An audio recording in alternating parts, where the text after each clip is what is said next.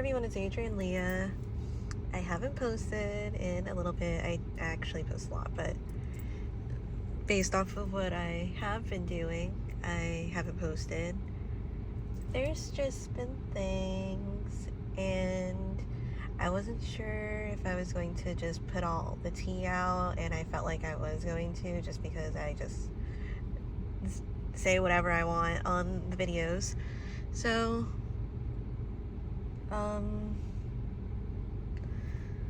I'm doing a car reading.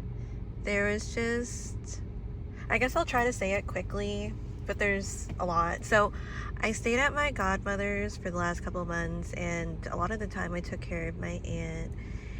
And now I'm at my brother's right now, and I wasn't sure if I was going to maybe get a place. I was trying to wait for like immigration to process the papers quickly, but I was told that it might take a while. So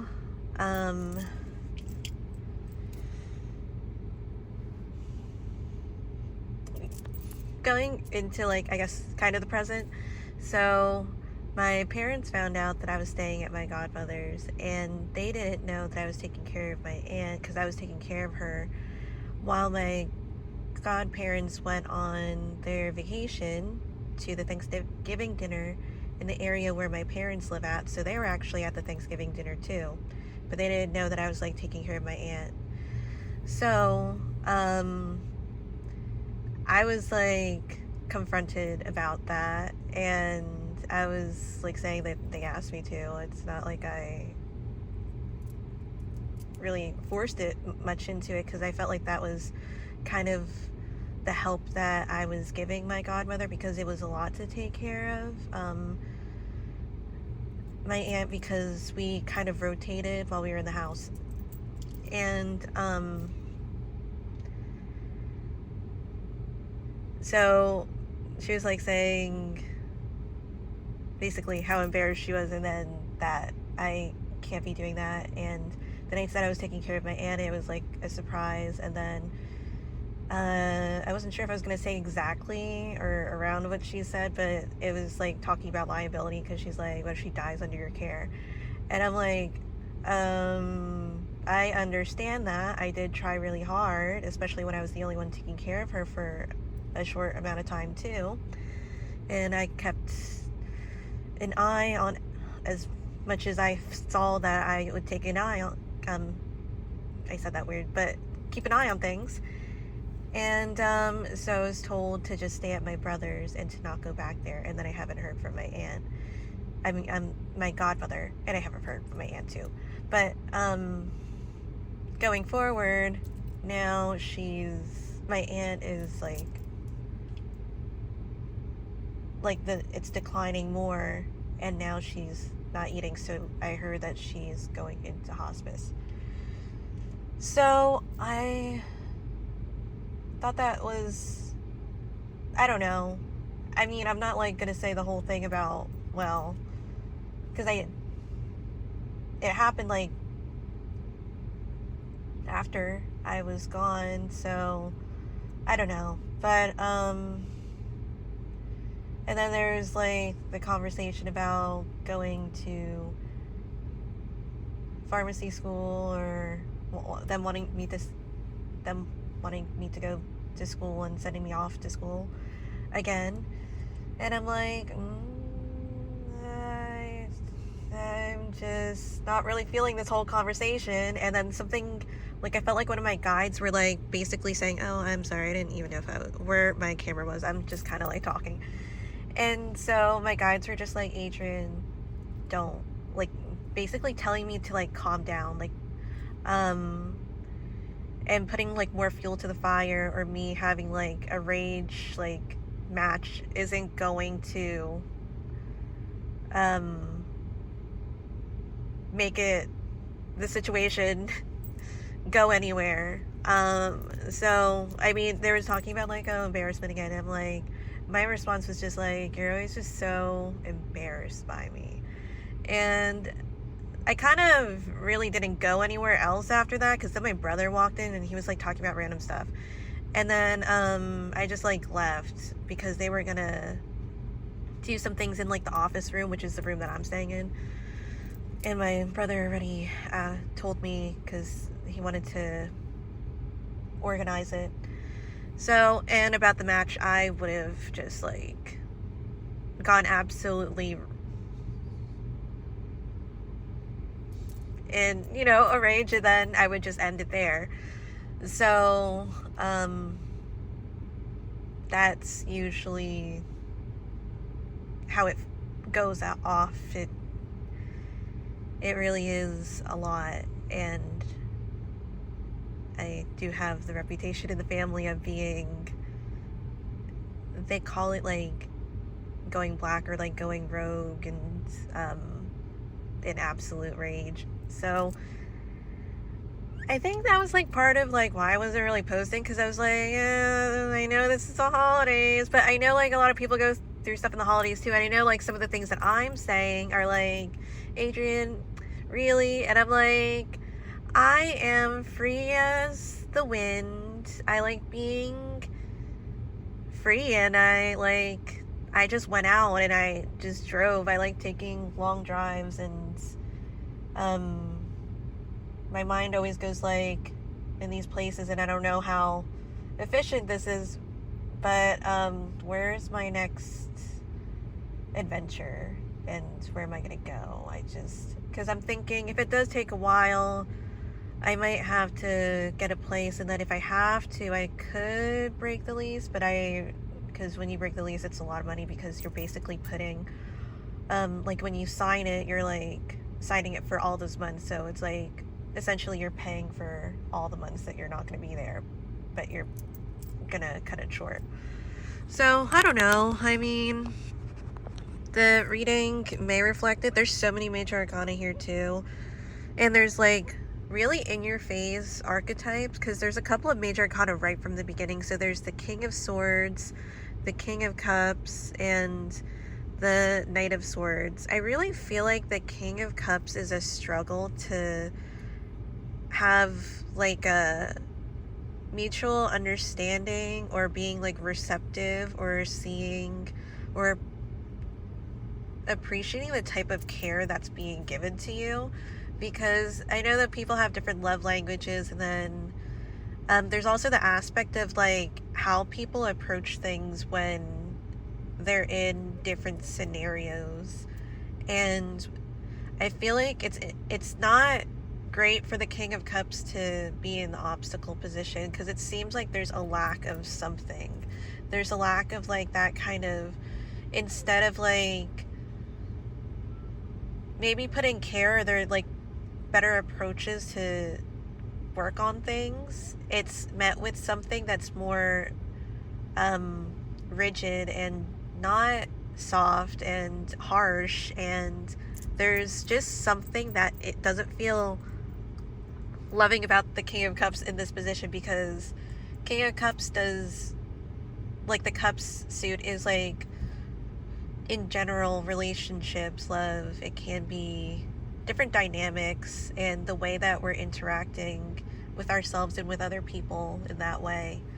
So 2 swords, so the overall energy, Knight of Swords and the King of Swords, I really feel like this interaction, it's kind of like the apple doesn't fall far from the tree. So there could be that type of influence where one sees where the other goes with it, and then there's just a lot of control that goes into the way that the conversation goes. And with it being in the same suit, and knowing like basically the tricks of the book, and it could go either way, like maybe this person analyzed the way that this other person analyzed certain things, and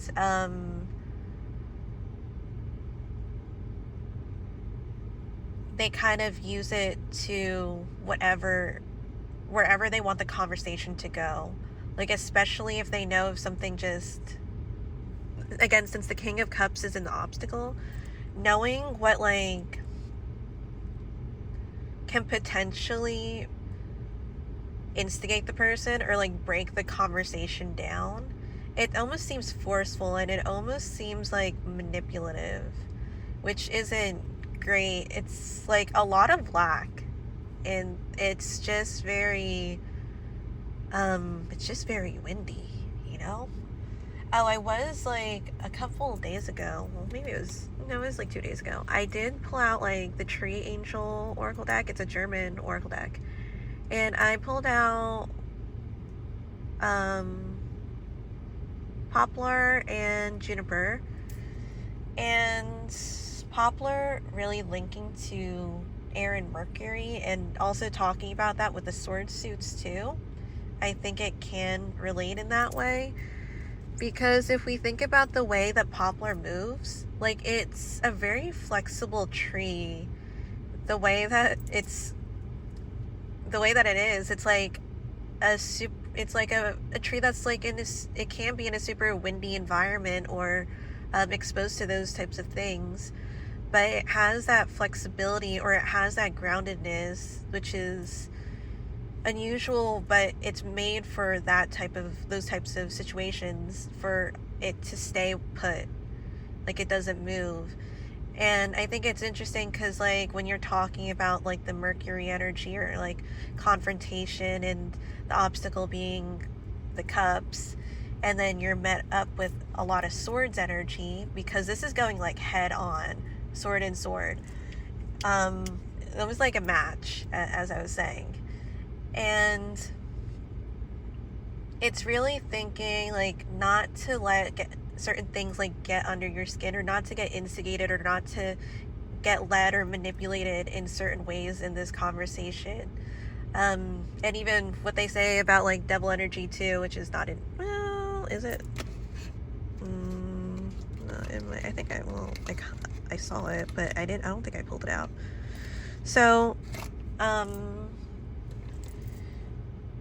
the devil will show you what you feel like you need to see, or like in the situation that you want to have something, it'll give you that, but that's part of like the game of it.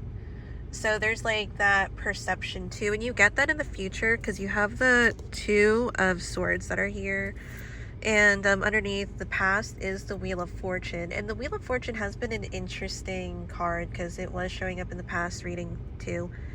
And it is showing up in the past because now I do feel like you are given certain things, and even some resources and things, to kind of make this to your advantage instead of falling in the cracks of something, like not stepping on cracks or not having any misfortune in this. Because with the Two of Swords, I don't have it directly on it, but it's the Judgment card and the Hierophant. So there's major arcana there too. The Wheel of Fortune is major arcana. And it's kind of like all the consequences of your actions, because Judgment is towards the end of the major arcana, and it's everything that you built. It's everything that you did and said and thought and felt. And sometimes those consequences feel like it feels like more harsher than what it needs to be.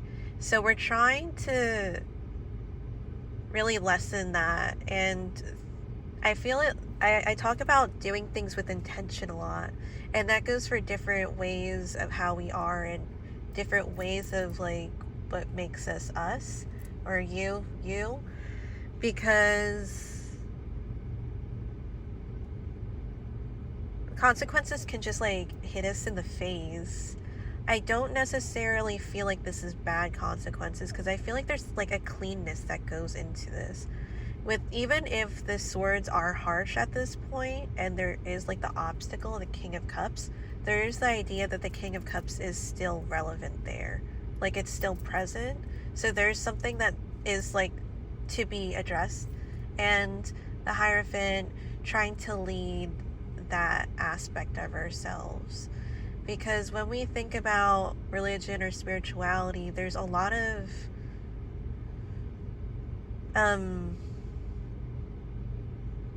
unknowings that come from it. And when we're led to certain things, there could be reasons.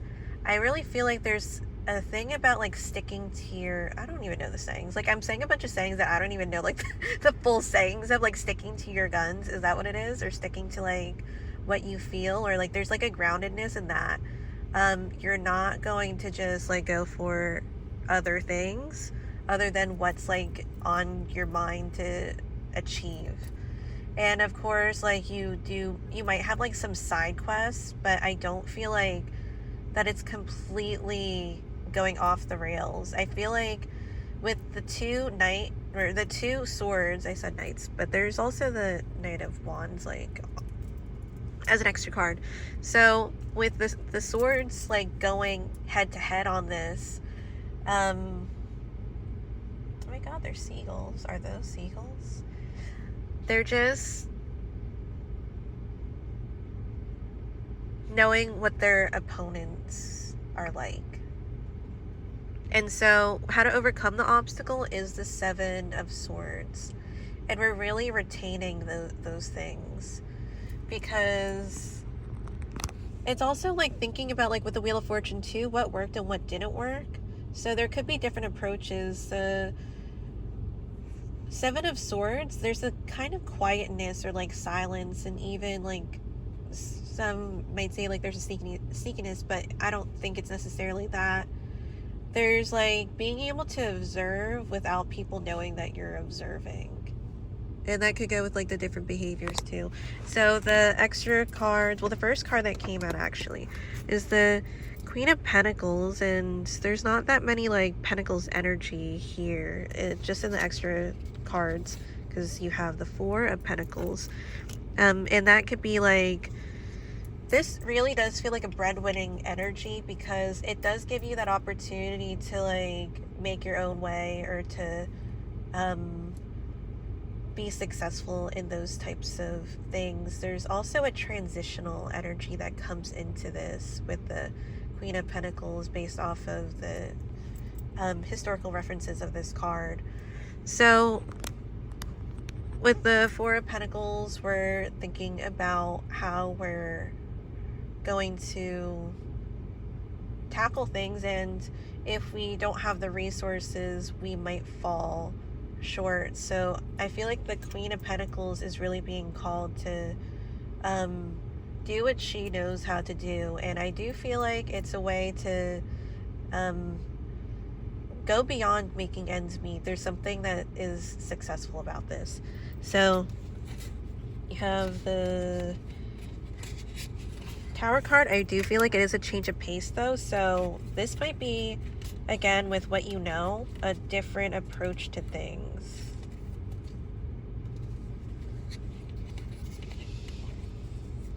The Moon, feeling it, I feel like it's feeling it really deeply. Then you have the Chariot card with the Knight of Wands. There does feel like a little sense of just going with it, and there isn't a lot to go off of. But this also feels, if you've constantly been going against the grain, which is something that's difficult to do in life, but it is fulfilling, and it can be like a successful thing. Again, with the side quests, there can be things that you're led to that you just kind of go for. There's like that instinct to just power through it. And at this point, I feel like there's still that youthful energy where you're not quite, like, the flame hasn't dimmed in that way, where you still have the energy to do it, so do it while you can. And then you have the Lovers card, so that's the last card. And I feel like this is great because the obstacle was the King of Cups, and now you have the Lovers. I feel like there's going to be could be dynamic duo, can be like things that really set it straight, or the helpfulness that honestly I feel like some might not be expecting at this time. So thank you guys so much for watching. Hopefully the beginning wasn't too like I don't think it was that upsetting-ish, But I'll see you guys in another video. Bye.